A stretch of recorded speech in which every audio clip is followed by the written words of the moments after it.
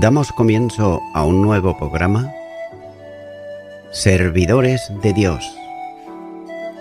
Quien te habla es Manuel Cornejo. Estaré compartiendo la palabra de Dios y lo haré de una manera expositiva, versículo a versículo.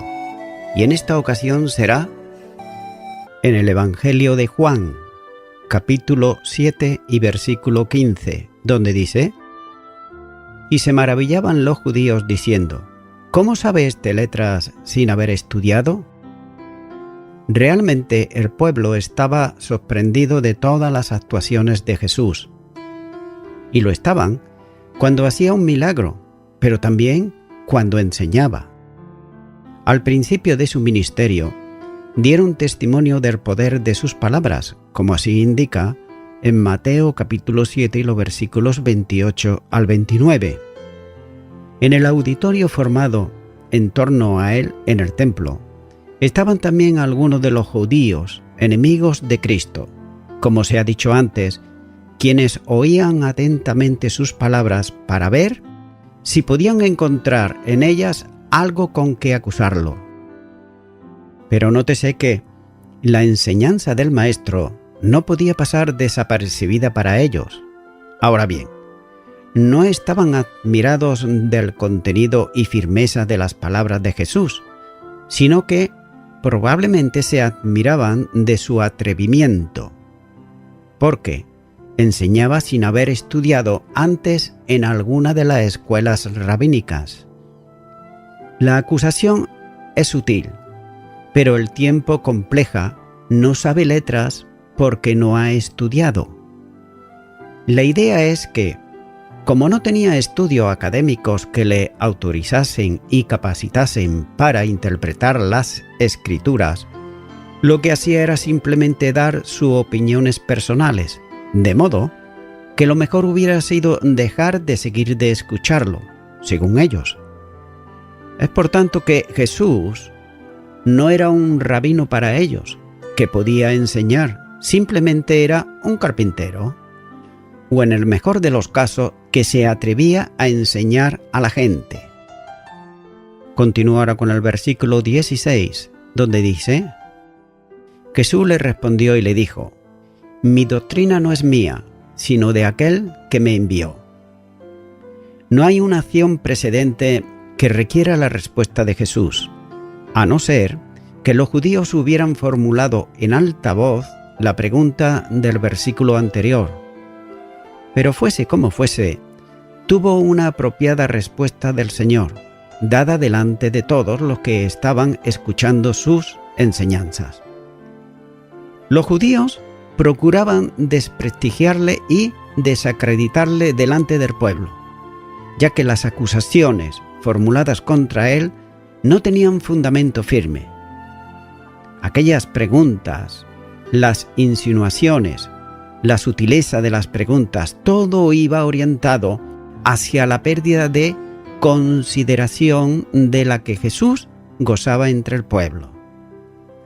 Sigue diciendo este versículo: Mi doctrina no es mía, sino de aquel que me envió. Los judíos reservaban la capacidad de enseñar a quienes habían sido instruidos por otros maestros. Jesús remonta la fuente de su enseñanza a la misma razón de ser de la Escritura, que procede de Dios. La doctrina que enseñaba le había sido dada por quien le envió, es decir, por Dios. No tenía, según el pensamiento de sus enemigos, letras, es decir, no podía acreditar un título académico que le permitiese enseñar, pero su doctrina era una enseñanza propia de Dios y no de los hombres. Es también a ser necesaria una observación, y es la siguiente. Jesús nos dice: la doctrina no es doctrina mía, sino mi doctrina no es mía.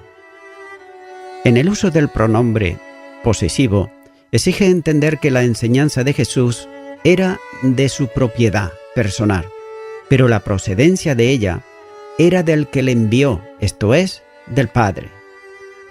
Como Cirilo de Alejandría hace notar, aquí se produce una contradicción, dice él, cuando dice es mía, pero no que es mía. Al principio se presentó a Jesús como el Verbo de Dios, cuya existencia es eternamente en el seno del Padre, como así dice Juan capítulo 1 y versículo 1. Y luego, como el Verbo expresa determinante, infinita y exhaustivamente al Padre.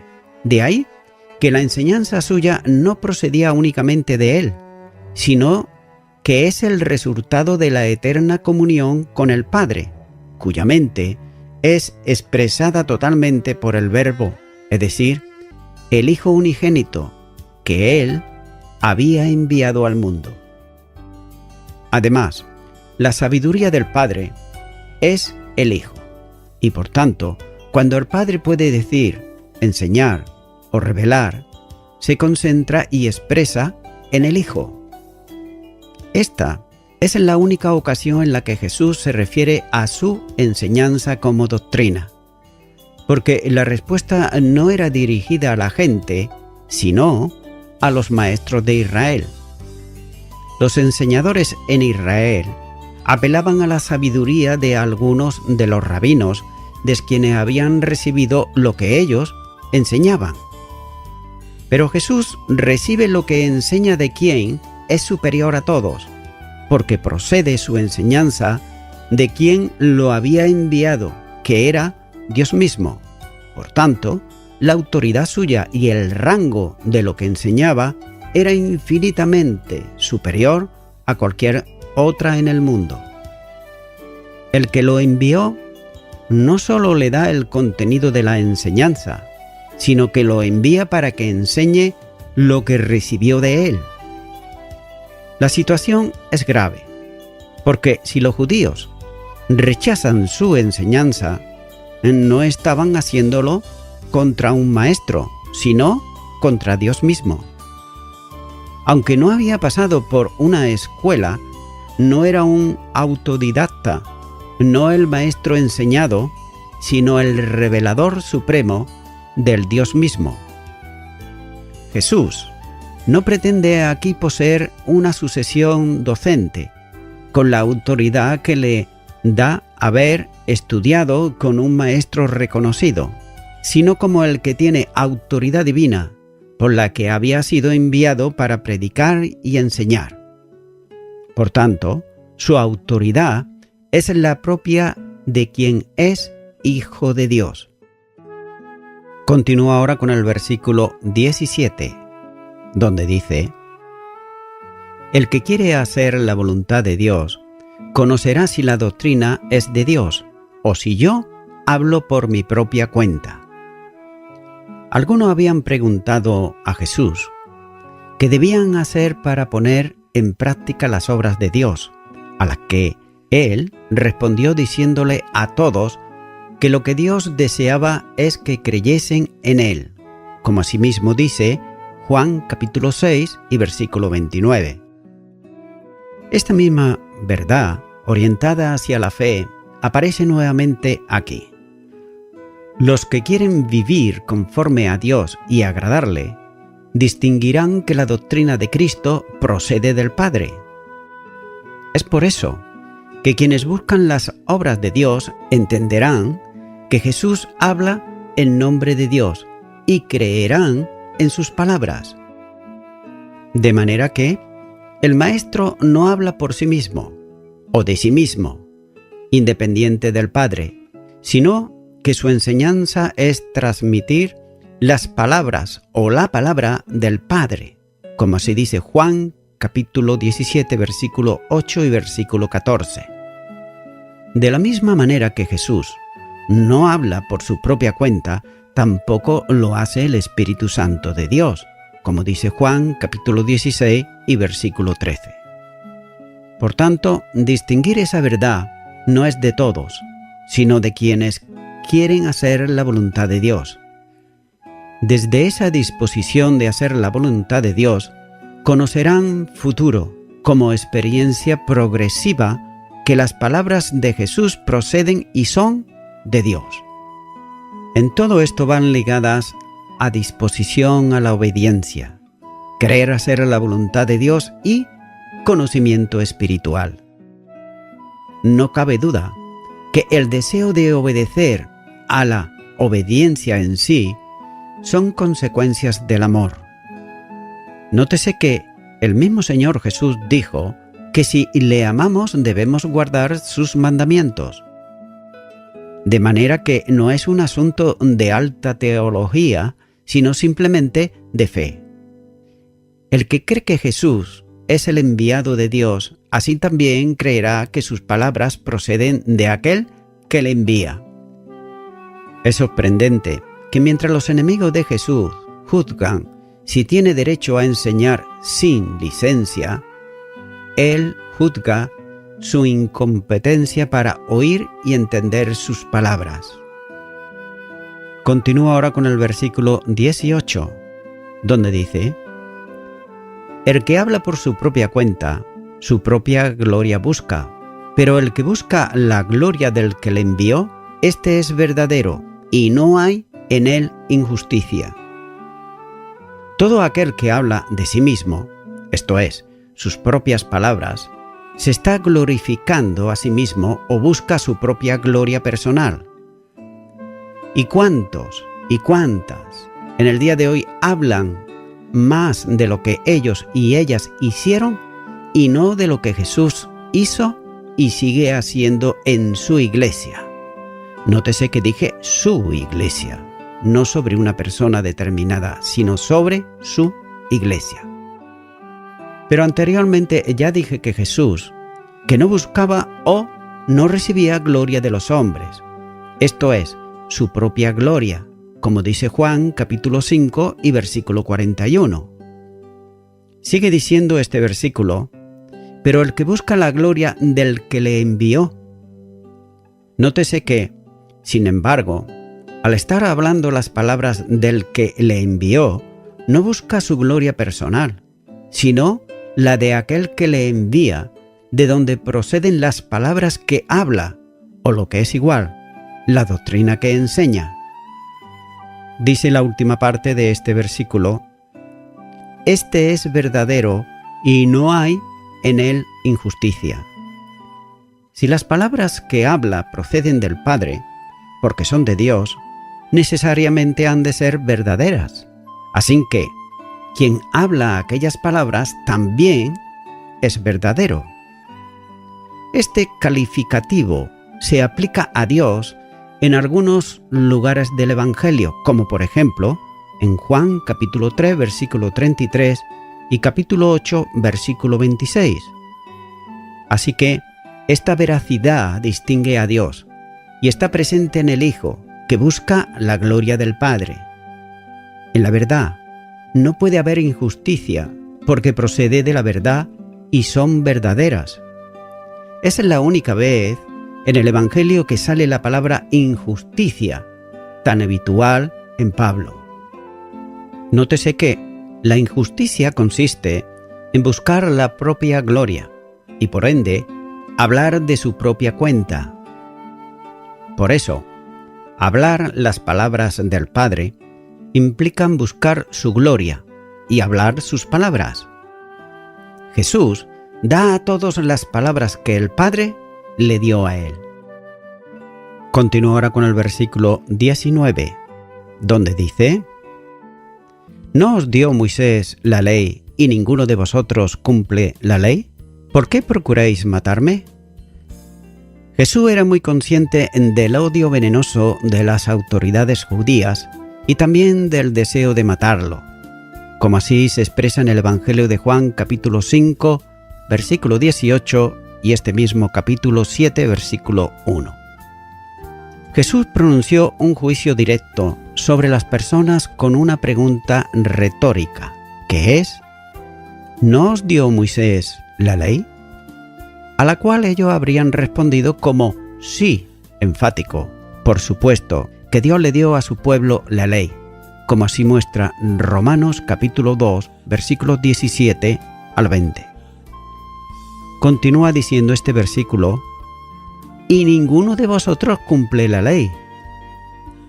Esa era la declaración más precisa que el Señor pudiera hacer en cuanto a la verdad del pecado humano, ya que nadie puede guardar la ley, una realidad para todos los seres humanos.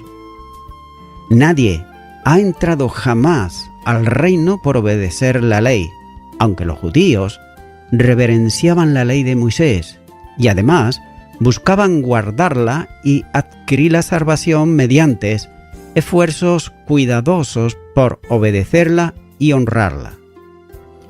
Esa es la enseñanza inequívoca del Nuevo Testamento. Considérese el siguiente pasaje del Nuevo Testamento, apoyada en la misma enseñanza en el Antiguo Testamento, como por ejemplo en Romanos capítulo 3, versículos 9 al 20, y también Gálatas capítulo 5 y los versículos 3 al 6.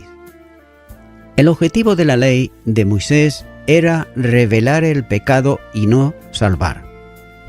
Los judíos la habían pervertido para hacerla un medio para obtener la salvación y se negaban a ser culpados por ella y dirigidos a la misericordia de Dios en Jesús, es decir, en el Mesías. No importaba cuánto estudiaran la ley o se esforzaran en aplicarla, pero era claro que habían fracasado.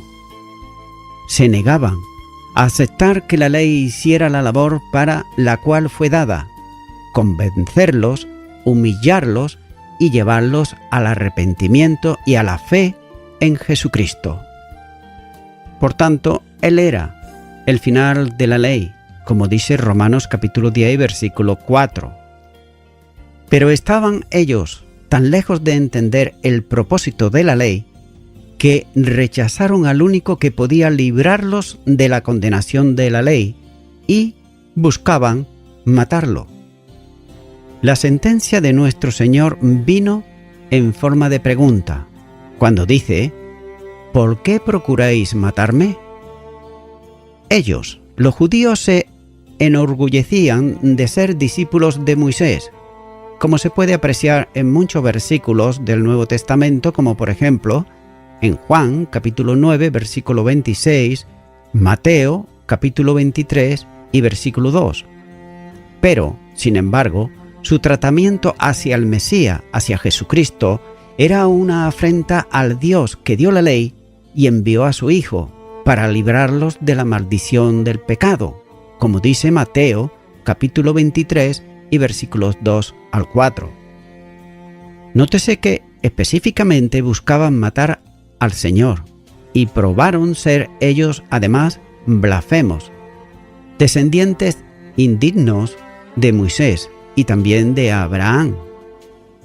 Eran, por tanto, ciegos a la verdad de sus propias escrituras, como lo indicó Jesús en varias ocasiones, por ejemplo, en Juan capítulo 5, versículo 39 y Lucas capítulo 16, versículo 29 y capítulo 24, versículo 27. Continúa ahora con el versículo 20, donde dice: respondió la multitud y dijo: «¿Demonio tienes? ¿Quién procura matarte?» Los fariseos habían acusado a Jesús ante todos los que estaban presentes. Él respondió también ante todos a la acusación que le habían formulado. Bien hubiera sido suponer que la respuesta a las palabras de Jesús procediera de los judíos. Pero sin embargo, Juan hace notar que fue la multitud, es decir, el pueblo, la gente que se había reunido alrededor de él, quienes formulan una acusación y una pregunta. Tal vez no entendieron bien a quién se dirigían las palabras de Jesús, que probablemente eran para los líderes religiosos. Sin embargo, no es menos cierto que, junto con estos, o influenciados por ellos, la multitud iba a gritar delante de Pilato, pidiendo la crucifixión de Jesús y con ello su muerte. Nótese que la expresión corta pero enfática de endemoniado equivale a «estás loco» o «estás fuera de sí». A causa de la forma de vida de Juan el Bautista que él llevaba, también decían de él que tenía demonio, como dice Mateo capítulo 11, versículo 18. No significaba directamente que estuviera poseído, pero consideraban que aquello era vivir alienado. No cabe duda que entre la multitud había muchos que no pensaban ni querían dar muerte a Cristo. Y posiblemente de este grupo salió la respuesta que comprendía también la pregunta de quién quería matarle.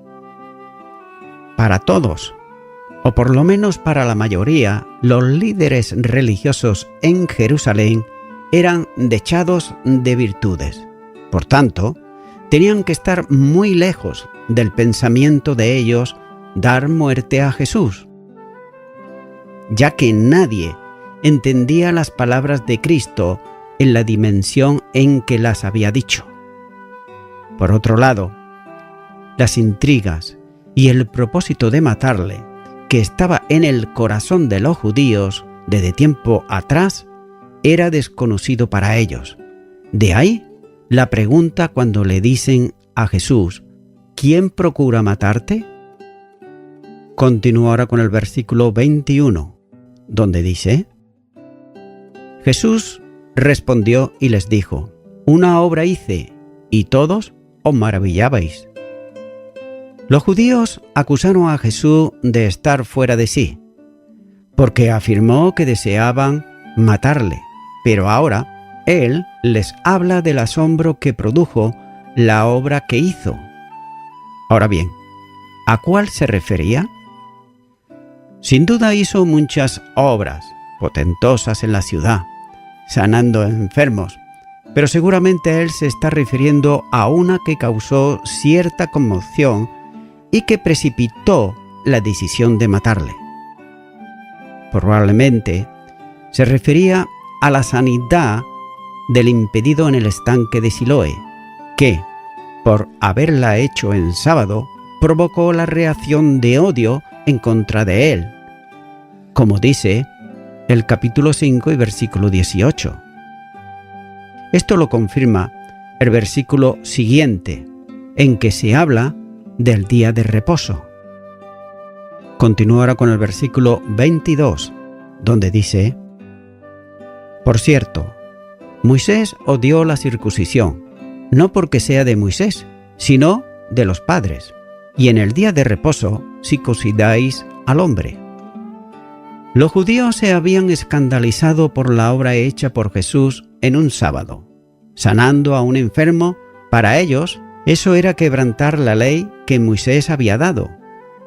De modo que va a tomar uno de los mandamientos establecidos en la ley, el de la circuncisión, para hacerles ver las inconsecuencias de un sistema que se basaba no tanto en lo que la Escritura establecía, sino en la contradicción que llamaba trabajo a lo que era misericordia y amor. Jesús hace precisiones sobre el mandamiento y sobre el conjunto de la ley.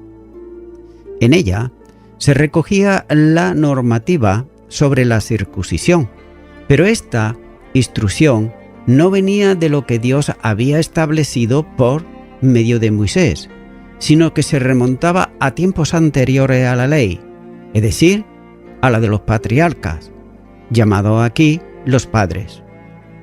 La circuncisión se iniciaba en los tiempos de Abraham, como se puede observar en Génesis capítulo 17 versículos 9 al 14. Pero simplemente pasó a ser prescripción legal porque se incorporó a los mandamientos para el pueblo de Israel, como se puede observar en Levítico capítulo 12 versículo 1 al 3. Sigue diciendo este versículo: y en el día de reposo circuncidáis al hombre. Según la ley, la circuncisión había de practicarse a los 8 días del nacimiento, de modo que la operación había de hacerse aunque el 8º día coincidiese en sábado. Pero nadie de los judíos se inquietaba o acusaba a los padres del niño que quebrantaba el sábado. Es más, para ellos la circuncisión se consideraba más importante que el día de reposo, porque en él se practicaba el rito. Sin embargo, sanar a un hombre que no representaba esfuerzo alguno, sino una manifestación de la misericordia, lo irritaba hasta el punto de determinar la muerte del benefactor, en este caso, de Jesucristo. La circuncisión era un asunto ceremonial, pero no servía para nada si no iba acompañada de la circuncisión del corazón. En cambio, sanar a un enfermo era restaurar su vida. Ahora bien, los judíos entendían que esa señal era lo necesario para alcanzar las bendiciones del pacto con Abraham y hacerles, a ellos solos, herederos de todas las promesas, entre las que estaban la de la vida eterna. Esto, sin embargo, los convertía en lo que los religiosos eran en realidad, fanáticos, de una herencia y separados de los hombres. Era un asunto no solo improcedente, sino altamente injusto, condenar a alguien por practicar la misericordia y tolerar una tarea como la circuncisión en el día del sábado. Jesús no solo había sanado el cuerpo enfermo de un hombre, sino también su vida espiritual, al advertirle que no pecase más, para que no le viniese algo peor, como dice Juan capítulo 5 y versículo 14. Y voy concluyendo con esto ya. Si verdaderamente creemos que la Biblia es la palabra de Dios, entonces no hay necesidad de inventar mensajes tratando de descubrir el hilo negro, ni engañar a la gente con mensajes descontextualizados. Lo único que debemos de enseñar es lo que enseña Dios a través de su palabra, y nada más. Pero lamentablemente hay muchas personas religiosas que lejos de enseñar la Biblia, solo enseñan lo que quieren con el objetivo de mantener cautivas a las personas en la ignorancia y que no puedan llegar a conocer a Dios. Y además, ligadas a una dependencia para seguir enseñando falsas doctrinas. Uno de los motivos por los que se crea ese vínculo de dependencia es porque esas personas saben que si se enseña la Biblia, las personas ya no necesitarán de nadie que le enseñe. Por tanto, siempre están enseñando y nunca llegan a ninguna verdad bíblica. Es por eso que estos judíos, a juzgar a Jesús, no veían lo bueno de la acción, sino el aspecto negativo de la violación de la ley de los hombres. Nótese que no podemos juzgar según la apariencia, sino con justicia, es decir, la justicia bíblica. Y la justicia bíblica, precisamente, encontramos en ella misericordia y perdón. Estimado y estimada oyente, suele haber personas que les es más fácil estar ligados a tradiciones, a ritos, a costumbres y fiestas, que al Salvador Jesús. Es por eso que, mi amigo o mi amiga oyente, si tú eres una de esas personas que acabo de describir y todavía no has entregado tu vida a Jesucristo, ahora yo puedo guiarte en una oración de fe para que puedas recibirle a Él como tu único y suficiente Salvador. Por tanto, te animo que ores conmigo y repitas esta oración de fe. Señor Jesús, soy una persona que a lo largo de mi vida he estado ligada a tradiciones, a ritos, a costumbres y a fiestas, pero no a lo que dice tu palabra. En este momento yo vengo delante de ti. Te pido perdón por mis pecados, por todos, y también por mi ignorancia. Te abro mi corazón y te recibo como mi Señor y como mi Salvador. En el nombre de Jesús. Amén. Amigo y amiga oyente, si tú has hecho esta oración de corazón, te recomiendo que comiences a orar a Dios, en primer lugar, en el nombre del Señor Jesucristo. Orar a Dios no es rezar, sino que es hablar con una persona. También te recomiendo que leas la palabra de Dios y lo hagas a diario. Comienza, por ejemplo, con el Nuevo Testamento. Y también, por último, te recomiendo que para que puedas crecer espiritualmente, te congregues en una iglesia cristiano-evangélica, donde se predique, se enseñe y se practique la sana doctrina y la palabra de Dios. Congrégate ahí y con el tiempo podrás crecer espiritualmente y también servir al Señor Jesucristo. Que Dios te bendiga. Y a toda la audiencia, nuevamente ya me estoy despidiendo de todos ustedes y será hasta el próximo programa. Que Dios os bendiga a todos.